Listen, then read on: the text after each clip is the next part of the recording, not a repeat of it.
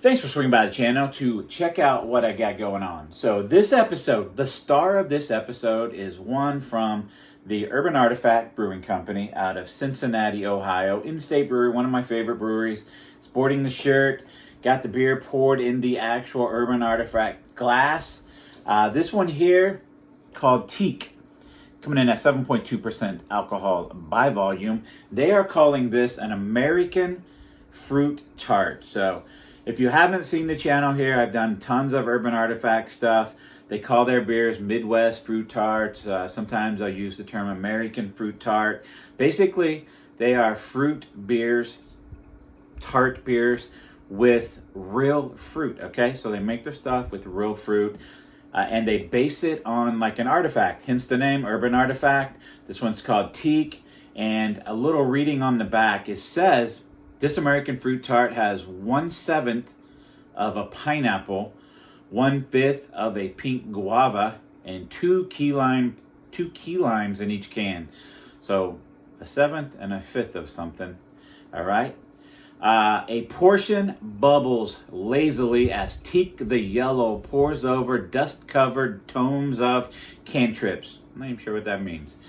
And ancient histories. Enchanted tropical fruits swirl around as the spell is complete. Conjure bold flavors, quest with a teak. So, at first I thought teak, like a teak wood staff there, but they're calling Teak the Yellow. Maybe there's a little sorcerer character is called Teak the Yellow. He's got the pineapple there, and he's conjured up a little beer for us. So, like I said, I already got it poured in the glass here. I did produce about 2 fingers of just a white head, which is a little bit more than I typically get on these the fruit tart beers from them. Typically, the head doesn't stick around too long. You would have seen the pour, but I forgot to hit record on the camera, so I had to start the video over with it in the glass. So I'll give it a little swirl here, get it up there for you guys to see. So just a gold color to it. Again, just a white head. You can see there's still good lacing in there from the original pour. Looks like it's pretty well made. Not a lot of carbonation bubbles releasing in here. As far as the nose on this thing, exactly what the can says. You get tropical, you get pineapple, you get a nice dose of guava and lime in here. Guava, lime, kind of overpowering. Although when I poured it, I did get a little bit of like a pineapple aroma floating around. Putting the nose up to the glass, it's guava and lime mostly. Pineapple plays like the third wheel. But it is there. Kind of just smells like a juice, really. Like a glass of juice. So I'm going to get a drink on this thing. That is tart. Whoa. So I absolutely love their beers. Tart and sour. Right in my wheelhouse. This one here is very tart. 7.2% alcohol is what this is coming in at.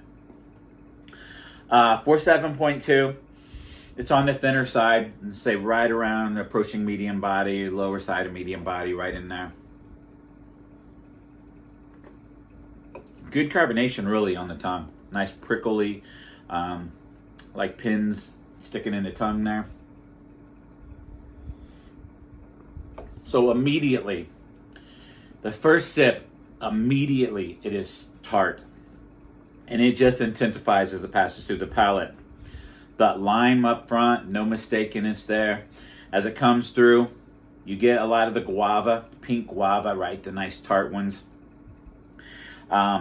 There on the back end, a little bit of pineapple, but for the most part, guava and lime. 7.2%, well hidden. It does got a little bit of a dry finish on the back. I believe it's just the tartness, the fruit is just kind of creating a dry finish, like a mouth drying finish. This is very good. It's another home run from Urban Artifact. I would say the only thing I wish that it had different is more pineapple. I absolutely love pineapple in these fruit beers. It's solid. I'm actually going to give this like a 4.45 out of 5, just under a 4.5. Fantastic beer. fantastic.